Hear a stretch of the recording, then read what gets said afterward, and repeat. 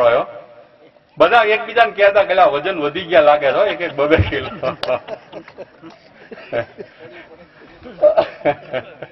ટાઈમસર જમવાનું અને સરસ મજાનું, અને એ માહોલ જે હતો એ ખરેખર અદભુત હતો. એમની કેસેટ આપણે તૈયાર થવાની લગભગ 7મ આઠમ પછી આવી જશે. અરે સોરી, આ 7મ આઠમ એટલે લાભ પાંચમ પછી એમ. હા, એટલે એ વેબસાઇટ ઉપર મૂકશો અને સાહેબ દરેક ગામે ગામમાં એ કેસેટ આપણે મોકલવી છે. અને આપણે જે આલ્બમ બનાવીશું ને, આલ્બમ પણ દરેક ગામે ગામે આપણે જોવા માટે આલ્બમ મોકલશું. સીડીનો સેટ એ ગામ માટે આપણે આપી જ દઈશું, એવું નક્કી કર્યું છે. હા, ચેનલ છું એટલે બધું એ થાય. એ જ રીતે આપણે પ્રાણ પ્રતિષ્ઠામાં પણ જેમ આપણે ચુડાસમા રાજપૂત સમાજ ધંધુકા 52 ગામનું જેમ દાન લઈએ છીએ, બીજા સમાજ પાસેથી આપણે ગોંડલના આપણા 12 ગામ છે એમની પાસેથી પણ લીધું નથી, આપવા પણ આવ્યા હતા છતાંય નથી લીધું.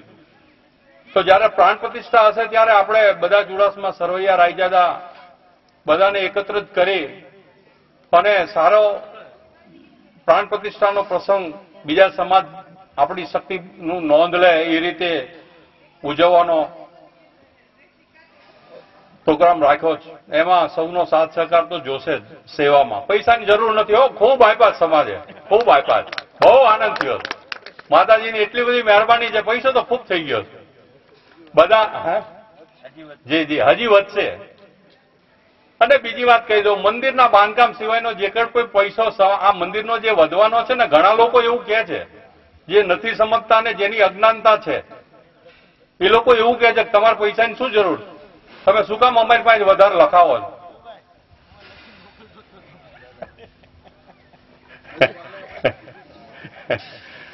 એ લોકોની અજ્ઞાનતા છે. કદાચ એમને કે વધારાનું જે કંઈ પણ ફંડ છે એ ફંડ ડિપોઝિટ કરાવીશું. એ ડિપોઝિટમાંથી મંદિર નિર્વાહનો ખર્ચ અને બાકીના જે કંઈ પણ વ્યાજની રકમ આવે એ સમાજમાં ઉપયોગી થશે. એ ખાલી મંદિરમાં જ વાપરવાના એવું નથી, મુદલ એમને એમ રહેશે. એના વ્યાજથી આપણે સમાજ સેવા થશે અને આપણો સમાજ આ રીતે મદદ કરતો હશે એવું કદાચ બીજા સમાજો આટલી મદદ નહીં કરતા હોય, એની આપણે નોંધ લેવા જેવી. એટલે જે કંઈ પણ વધારાનો પૈસો આવશે એ આપણે સમાજમાં જ વપરાવાનો છે. એટલે કદાચ કોઈની એવી વિચાર દ્રષ્ટિથી એવું વિચારતા હોય તો ખરેખર એવું નથી. ખૂબ ઉપયોગી થશે. અને હજી પણ ફંડ ઘણું આવવાનું બાકી છે, સામેથી લખાવા આવે છે. મારી એક વિનંતી છે ગામ ઠાકોર સાહેબને કે આપ પણ થોડો સમાજમાં રસ લ્યો, સત્કાર્યોમાં સાથે રહો તો અમને વધારે આનંદ થશે. કારણ કે આપ તો જાણો કે આપણા ચુડાસમા સમાજનું એક નાક. અમે ગામ ઠાકોર સાહેબ એટલે ગાદી કહીએ છીએ, સર્વસ્વ જેને કહીએ, આપણું ચુડાસમા રાજપૂત સમાજનું આપ ગૌરવ છો. ખરેખર આપણે સાથે રહીને જ આ બધું કરવું જ જોઈએ. સમાજમાં પણ આપ પધારો, બધા સાથે હળીમળી. મને તો એવું હતું કે ગામ ઠાકોર સાહેબ જો સાથે બધા ગામમાં આવત તો વધારે મજા આવે છે, પણ નવરાત્રનો ટાઈમ હતો, એમને પણ રોજ પૂજા અને એવા બધા કાર્યોમાં વ્યસ્ત હતા. કાયમ એ રીતે પૂજા કરતા હોય છે એટલે એમને ડિસ્ટર્બ નહોતા કર્યા. એમની પણ ઘણી ઈચ્છા હતી આવવું, પણ નવરાત્રીના હિસાબે પોતે નહોતા પધારી શક્યા. તો આ રીતે આપ સમાજમાં થોડો વધારે રસ, ખાલી ખોડિયાર મંદિર જ આપ પધારો છો એવું મેં સાંભળ્યું છે. ઠાકોર સાહેબ, કદાચ મારી ભૂલ થતી હોય તો માફ કરજો, પણ સમાજમાં થોડોક રસ લઈ અને દરેકને પ્રેરણા મળે એ રીતે આપ સાથે રહો એવી અમારી ઈચ્છા છે. એ મારી ઈચ્છા છે અને સમાજની પણ હશે જ હોય. બરાબર છે. જી જી જી, બિલકુલ બિલકુલ. 1 વાગી ગયો, ટાઈમ ઘણો લીધો. ભૂપેન્દ્રસિંહ આવે. અચ્છા, બીજું આપણો સમાજ ખરેખર જેમ કીધું એમ અપડાઉન ન કરાવવું એ ખૂબ સારી વાત છે. સાથે રહેશે, એના જે સંસ્કારો આપણી બોર્ડિંગમાંથી જે મળશે એ ખૂબ અગત્યના હશે. અને ખરેખર એ રીતે રાખવાથી સંસ્કારોનું સિંચન થશે જ. અપડાઉન કરતા બોર્ડિંગમાં રાખવા અને બીજી સ્કૂલોમાં ક્યાંય મોકલવા એની કરતા આપણી પોતાની સ્કૂલમાં આ રીતે બોર્ડિંગમાં રાખી અને ભણાવવા. અને અત્યારે તો એટલું બધું સરસ સંચાલન છે જમવાનું. સાહેબ વાત કરતા હતા કે આપણે ઘરે પણ 7 દિવસનો નાસ્તો જુદો જુદો નહીં કરતા હોઈએ, તો બોર્ડિંગમાં છોકરાઓને દીકરાઓને 7 દિવસના નાસ્તા બોર્ડિંગ જુદા જુદા આપે. અને અચાનક પણ જયારે જમવાનું થાય, હાજરીથી તમે જમી લો, વિઝિટ કરો ત્યારે ખ્યાલ આવે કે ખરેખર જમવાનું અને બધી એટલી બધી સારી સગવડ આપે છે. તો ખરેખર આપણા સમાજમાં ત્યાં બોર્ડિંગમાં બધા દીકરાઓને દીકરીઓને ખરેખર ત્યાં મૂકવા જ જોઈએ. એજ્યુકેશનનું પણ એટલું સરસ જ કામ, ખૂબ સારું કામ કરે છે. અત્યારે જેમ સ્કૂલ ચાલુ કરી, ખૂબ સારું કામ છે. એમાં પણ કદાચ આપણે વિંગ બનાવવાની મારા ખ્યાલથી સાહેબ બાકી છે ને, અમુક રૂમો, ભોજનાલય. હાજી, ભોજનાલય ને એ બધી હજી ઘણું કામ બાકી છે. તો એમાં પણ ઉદાર હાથે આપણે ફાળો આપવાનો છો, ભૂલતા નહીં. ક્યાંય આપણે બહાર તો નીકળવું જ ન પડે એવું આપણે કરવાનું. ત્યારે પણ સમાજને મદદરૂપ થજો. સમાજ એટલે હાથીનો પગ કહેવાય છે. અજીતસિંહ સાહેબે જેમ કીધું એ બધા આપણા સંસ્કારો છે. અને એમાંથી આપણે વિચલિત કઈ રીતે થઈ શકીએ? આપણી ફરજમાં આવે છે. અને ખરેખર આપણે જે આ જન્મ લીધો છે, શાના માટે લીધો છે? સાહેબ જેમ અજીતસિંહ સાહેબ કહે છે, ભગવાને આપણને ક્ષત્રિય કુળમાં જન્મ શા માટે આપ્યો છે? એના ઘણા કારણ છે. આગળના પાપ પુણ્ય અને અમુક જન્મ પછી ક્ષત્રિયનો જન્મ મળતો હોય છે. એ જન્મ જીવી અને બતાવવાનો છે. ખાલી પશુની જેમ જીવવું અને મરવું એ આપણા કુળ માટે બરાબર નથી. ધર્મનું રક્ષણ કરવું ક્ષત્રિયોનો એક ધર્મ છે. ભગવાનોએ જે જન્મ લીધા છે એ આપણા કુળમાં જ લીધા. શા માટે લીધા છે? બીજી કોમોને પણ ખ્યાલ છે કે ક્ષત્રિય આ રીતે એમના ધર્મો, શૂરવીરતા અને ગુણો આ બધું જાણે છે. અને ભગવાને એ બતાવવા માટે જ ક્ષત્રિયમાં જન્મ લીધેલા છે. અને આપણે જ કરી શકીએ. આપણામાં છે શક્તિ જગાડવાની છે. અને સંસ્કારોથી જાગશે જ. ઘણી વ્યક્તિઓના એવા વિચારો હોય છે કે આ પથ્થરમાં તમે 1.5 કરોડ રૂપિયા નાખી દો તો આપણે ભવાનીમાં નું મંદિર ભડિયાત બને છે. તો ઘણા એવા વિચારો હોય છે કે આ પથ્થરમાં ખોટા હું કામ રૂપિયા નાખી દો. પણ એ ખાલી પથ્થર નથી, આસ્થાનું એક સ્થાન છે જેને આપણે ધર્મ કહીએ છીએ. ત્યાં જઈશું, સારા વિચારો આવશે, સારા વિચારો શુદ્ધ થાય છે, સારા વિચારો મળે છે, સારા સંસ્કારોનું સિંચન થાય છે. અને આપણા કુળદેવી માં છે. કુળ કેમ બોલાય? આપણા ઈષ્ટદેવ કૃષ્ણ ભગવાન છે, અત્રિ ઋષિનું આપણું ગોત્ર છે. ઘણા આપણા દીકરાઓને ખરેખર, હું તો ક્યારેક છોકરાઓને પૂછું કે આપણો ધર્મ શું, આપણું ગોત્ર શું? પાયાનું જ્ઞાન નથી આપણા સમાજમાં. ખાલી વિચારોથી જ સિંચન કરવું, પણ જે પાયામાંથી સિંચન કરવું સંસ્કારોનું, એ જુદી વાત. તો ખરેખર આ બધું ઘરથી જ ચાલુ થતું હોય છે. તો આ હોય છે કે એનાથી આ બધા સંસ્કારો મળતા હોય છે. ખાલી મંદિર અને એ ભગવાન આ રીતે છે એ વિચારવાનો કોઈ અર્થ નથી. એવું ન વિચારાય. અને ઘણા આગળના પણ દાખલાઓ છે. ભગવાન પોતે ભગવાનની પૂજા કરતા હોય છે એવું પણ હશે. તો એ વધારવાનો છે. તો તમારે આ બધી દોડ શા માટે? અને પાછળ જો છોકરાના સંસ્કાર ખરાબ છે અને આ નહીં સાચવી રાખે અને બધું ઉડાડી દેવાના, તો આ દોડ શા માટે? સમજવા જેવી વાત. તો આપણને ભગવાને જે કંઈ પણ આપ્યું છે એનાથી સત્કાર્યો અને સત્કર્મો સમાજ માટે, ધર્મ માટે, આ બધા માટે કરવા જ જોઈએ. આ વિચારસરણી આપણા કુળમાં તો હોવી જ જોઈએ. બીજી કોમ આપણી ઉપર એટલો વિશ્વાસ રાખે છે કે દરબાર સાથે હોય એટલે બીજી અમારી ચિંતા નહીં. એ આપણા ગુણમાં છે, એ લોકો જાણે છે. તો આ બધા સંસ્કારોથી બધું સિંચન જે થાય છે અને જે બીજા સમાજો નોંધ લે છે એ ખરેખર આપણે જાળવી રાખવાનું છે. અને સંસ્કારો હશે તો જળવાવાનું જ છે. એમાં પછી બીજું કંઈ હોતું જ નથી. આ ખરેખર વિચારવા જેવું છે. એટલે શરૂઆત આપણે આપણા ઘરથી જ કરવી જોઈએ. બાળકોને ખરેખર ઘરથી જ સંસ્કાર આપવા જોઈએ અને એનાથી ખૂબ જ સમાજની પ્રગતિ થશે. એજ્યુકેશન તો હોવું જ જોઈએ. આજે દીકરા દીકરીઓને પણ સારી રીતે ભણાવવા ખૂબ નજીક છે, 15-20 કિલો. ભૂપેન્દ્રસિંહજી બાપુ પધારે છે, એમનું સ્વાગત કરીએ છીએ.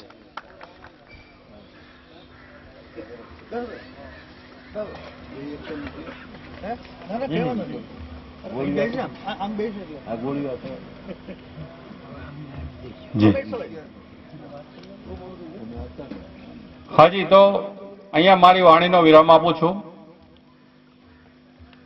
જય માતાજી. જયવીરસિંહે ખૂબ સરસ વાત કરી સમાજ ચિંતનની. સાત ઉપાધ્યક્ષ આયોજન પર ગુજરાત રાજ્ય આપણી વચ્ચે ઉપસ્થિત છે.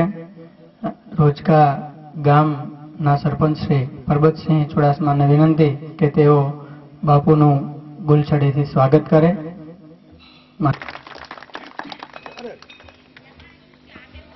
હવે ચુડાસમા સમાજનું લગભગ 90મો આ અધિવેશન અને એમાં આપણે ટેસ્ટ કેસ તરીકે 30 રાખી, પણ એમાં આપણે સફળ થયા નથી. એ પ્રસંગે ઉપસ્થિત માનનીય શ્રી આ સમારંભના પ્રમુખ ભૂપેન્દ્રસિંહ બાપુ, અજીતસિંહ સાહેબ, સહદેવ સાહેબ, રાજેન્દ્રસિંહ, નવા વડોદરાના પ્રમુખ ચૂંટાણા સેવા વરાયા છે જેને કહેવાય, વિરમદેવભાઈ દિલના માણસ છે. એ વિરમદેવભાઈ, અમારા ઉપપ્રમુખ ધર્મેન્દ્રસિંહ અને ઠાકોર સાહેબ. ભાઈ કીધું કે ઠાકોર સાહેબ આપે હાજર રહેવું જોઈએ, આવવું જોઈએ, પણ એમને સમયના અભાવે, કારણ કે હું પ્રમુખ થયા પછી ગાફ એમને હું અને નવભા મળવા ગયા હતા. બાપુને કીધું તમે થોડો સંકોચ છોડો અને ભાઈઓ વચ્ચે આવો તો ભાઈઓ ઓળખશે કે આ અમારા ઠાકોર સાહેબ છે વગેરે. આજે સમય ઘણો લીધો છે. થોડો સમય લેવાનું કારણ હતું બાપુનો ટાઈમ અમને, હું ઘડિયાળ વારે વારે પહેલા જોતો હતો ક્યાં પગ્યા મનમાં હતું. 1 વાગે આવવાની વાત હતી, ટાઈમે આવી ગયા, કારણ કે 10:30 આવવાની વાત હતી, પરંતુ 10 વાગે એક મિટિંગ આવી ગઈ. રાજકીય માણસ છે, અત્યારે ચૂંટણીનો ટાઈમ છે, એટલે આપણે એમને ક્ષમ્ય ગણીએ કે ભાઈ આપણી વચ્ચે આવ્યા છે એ ઘણું છે. કારણ કે 38 નથી ત્યારે ચુડાસમા સમાજની વસ્તી ધંધુકા તાલુકામાં નથી એવું નહીં, સારી છે, પણ તમે બધા પૈસા આપીને છૂટી ગયા તો એ કેમ ચાલે? એમ બરાબર છે. તમે જ્યારે અમે આવીએ ત્યારે સ્વાગત, આપણે રથયાત્રા કાઢી, રથયાત્રામાં એમને જે ઉમળકો બતાવ્યો ગામ બધા, દરેક ગામે, જેમ જયુષભાઈ કીધું એમ અમને પાંચી ગામ નાનું હતું કે ભાઈ બાવળિયારી મોટું છે ત્યાં જમવાનું રાખશું, પણ પાંચી વાર સામે કીધું ના ભાઈ તો અમારે અહીંયા જ તમારે રાખવાનું છે. તો આવા 2-3 કિસ્સે એવા બન્યા. સાંજે આપણે નથી જમ્યા તો આંબલીવાળાએ કીધું ભાઈ અમારે દાળ બાટી જમાડે છે. ભાવ હોય તો બરાબર છે. એ જ રીતે જિંજરમાં એક આગલા દિવસે મળનું થયું, બીજે દિવસે આપણો રથયાત્રાનો પ્રોગ્રામ હતો, ત્યાં અમારે જમવાનું પણ હતું. તો એમના ભત્રીજા છે, એમણે ફોન મને કર્યો કે સાહેબ આ લોકો કોઈ પણ કહે તો તમે રથયાત્રાના પ્રોગ્રામમાં ફેરફાર ન કરશો. મારા કાકા બહુ વડીલ હતા અને છતાં પણ એવું લાગશે તો હું પણ જઈશ. તો એ રીતે દરેકે દરેક ગામમાં જે રથયાત્રામાં સાથે હતા, હું તો 8-8 દિવસ જયુષભાઈનો અને રાજેશભાઈનો આગ્રહ હતો કે રહેવાનું છે અને માતાજીનું કામ હોય તો રહેવું જ પડે. વળી સમાજનો પ્રમુખ તમે મને બનાવ્યો, તો એ રીતે અમે ફર્યા. અને એમની ટેલ હતી 1.5 કરોડ રૂપિયાની. બાપુને પણ બીક હતી, એમને પણ મનમાં હતું. પણ મેં કહ્યું ભાઈ તમારી જોડી ભરી જશે, કારણ કે અમે તો આવી 2-3 જોડીઓ ફેરવી, બધી કલ્પના બહાર જ પૈસા મળ્યા છે. પણ એકલા પૈસા આપીને તો તમે અમારું અમને પેલામાં નાખો છો, કારણ કે પૈસા આપ્યા પછી અમારે એનો વહીવટ કરવાનો છે, અમારે કામ કરવું એ અઘરી બાબત છે. તમે માનો એક એકનો હિસાબ, આટલા 1300 અહેવાલ આપણે મોકલ્યા છે, 1300 જણાના પૈસા આવ્યા હોય એનું આપણે લખ્યું હોય, ક્યાંક કોક રહી ગયું હોય એની પણ એમને ક્ષમા માગી લીધી અને બરાબર છે. એમાં પણ હું પણ ખાસ કરીને કિરીટસિંહ પીપળી કે જે ભાવનગરનું એમને કામ આપ્યું અને એમનું જ નામ ન આવે તો સ્વાભાવિક બીજા કોઈ એવું કેનારાય મળે કે ભાઈ તમારે દેવું નથી, નવે રૂપિયા લઈ જવું છે. પહેલા આવું બનતું હતું, મોટા મોટા માણસો લખાવે પછી આપે નહીં, અને નીચલા માણસો જે નાના ભાઈઓ હોય એ આપી દેતા. તો એ રીતે આપણે સામાજિક રીતે મને આજ હજી 5 વર્ષ પૂરા નથી થયા, પણ સમાજને દિલવાળો કેવો કે સમાજ પ્રત્યેની લાગણીઓ અને સંબંધ પણ 6 કરોડ રૂપિયા આ તાલુકાના ભાઈઓએ આપણને આપ્યા છે. 3 વર્ષની આમ તો એટલે મને 5 વર્ષ પૂરા નથી થયા. પહેલું વર્ષ જોયું આપણે ત્યારે આ બધા તો પેલું બીજા પાસેથી પૈસા લઈને કામ કરે, આવું તો કેમ ચાલે. એટલે મનભા બાપુ એ વખતે કંઈક 10 શેર અનાજની માગણી કરી હતી, એટલે મને રૂપિયાની માગણી કરી, અને અત્યારે એનું પરિણામ 90 વર્ષ પહેલા આની આપણી સ્થાપના મનભા બાપુએ કરેલી. મનભા બાપુ, અગવા બાપા, તખવા બાપુ, નાનજીવી બાપુ, આ બધાનો ભોગ. પણ એ ભોગ એમને આ જે હતો વારસો એને આપણે જાળવી રાખ્યો છે. હવે એને જાળવ્યા પછી સાચવવાનો છે. અત્યાર સુધી હતું એને આપણે બહુ વ્યવસ્થિત કર્યું છે. હવે મને 1 વર્ષ આમાં ખૂટે છે. એટલે બીજા આવતા વખતથી કોઈ પણ ભાઈ એવું કામ કરવા માટે તૈયાર રહે, કારણ કે હવે મારે જાજુ અમદાવાદ રહેવાનું થશે, કારણ કે 2 ભાઈ હવે અમદાવાદ શિફ્ટ થાય છે. એટલે અડધો આય ને અડધો આય. ના ના, હવે તો પછી બાપુ 6ઠું વર્ષ થયું, આ 6ઠું વર્ષ થશે. આપણે 2 વર્ષની ટર્મ હોય છે, 2 વર્ષની ટર્મ હોય. આ 3જી ટર્મ તમે મને આપી, પણ ના દિલ બહુ સારું છે. પણ હવે દર વખતે હું કહું છું સંખ્યાનો પ્રોબ્લેમ રહેશે, તો સંખ્યા મહેરબાની કરીને થાય એવું કરવું. બીજું સતયુગ સંઘની પ્રવૃત્તિ જે સાહેબ કરે છે બહુ સારા માણસ છે, પણ મને એમાં થોડુંક સંકુચિતતા દેખાય છે. સતયુગ સંઘની પ્રવૃત્તિમાં જો આપણે હાજર રહેવું હોય, એમને રથયાત્રા કાઢી, આપણે હાજર રહ્યા તો આપણે આપણી રથયાત્રામાં એમને એકાદ દિવસ તો આવવું જોઈએ. સાહેબને મેં કીધું એકાદ દિવસ આવ્યા તો અમને પણ આનંદ થાત. એવું નહીં કે તમે કરો એમાં મારે આવું ને અમે કરીને તમારે ન આવું, તો એ કેવું ચાલે. એટલે આ આપણી એક એમની ફરિયાદ છે. એ મેં તો મારા પહેલામાં લીધું, અરે ગમે ત્યાં હોય તો પ્રોગ્રામ હોય એટલે 8 દિવસ 1 દિવસ આવી શકે ને, એમ શાંતિ કે દૂર નથી. હવે તો આ બધા સાધનો છે, હા આવી શકાય છે, સીધી વાત છે. બાકી શૈક્ષણિક બાબતમાં હું રથયાત્રામાં ગામડે ગામડે ફેર્યો છું. ભાઈઓ ખૂબ પ્રેમ આપ્યો છે, કલ્પના બહારનો પ્રેમ. અને ભાઈ જયવીરસિંહ તો અમે જયારે ફંડ માટે ઘડીક માથાકૂટ કરતા ત્યારે એ જોઈ જ રહેતા કે આ બધા શું કરે છે. પણ અને જે નોંધાવી છે એ માતાજીની દયાથી લગભગ મળી રહેશે, ક્યાંય બહુ પ્રશ્ન આવતો નથી. સમાજ પાસે પૈસા છે, એને આપણે ફંડ ફિક્સ કરેલા જ છે.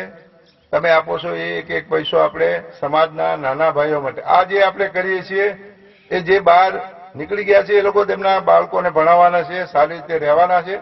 પણ ગામડે રહેલા ભાઈઓને મેં દરેક રથયાત્રા મેં કીધું, મારા અહેવાલમાં મેં લખ્યું છે કે મહેરબાની કરીને અપડાઉન ન કરાવો. તમારે અડધી ફીની જગ્યાઓ જોગવાઈ હોય તમે અડધી અમે આપશું. આખી ફીની બાકી હોય તો આખે તો આપણે આપી જ છીએ.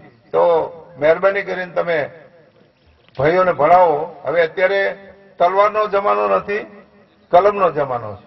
તમે જોઈ શકો છો છેલ્લા 4 વર્ષથી કે 5 વર્ષથી આપણા ભાઈઓ જીપીએસસીમાં પરીક્ષા આપતા થયા છે. કોઈ ખબર નથી શું જીપીએસસી, આપણે બીતા જીપીએસસી તો દેવાય. એટલે કોઈ પણ વિદ્યાર્થી ગ્રેજ્યુએટ થાય તો ચિંતા ન કરશો. બધા કે ડોક્ટર ને એન્જિનિયર ન થાય, ગ્રેજ્યુએટ ચોક્કસ બનાવો.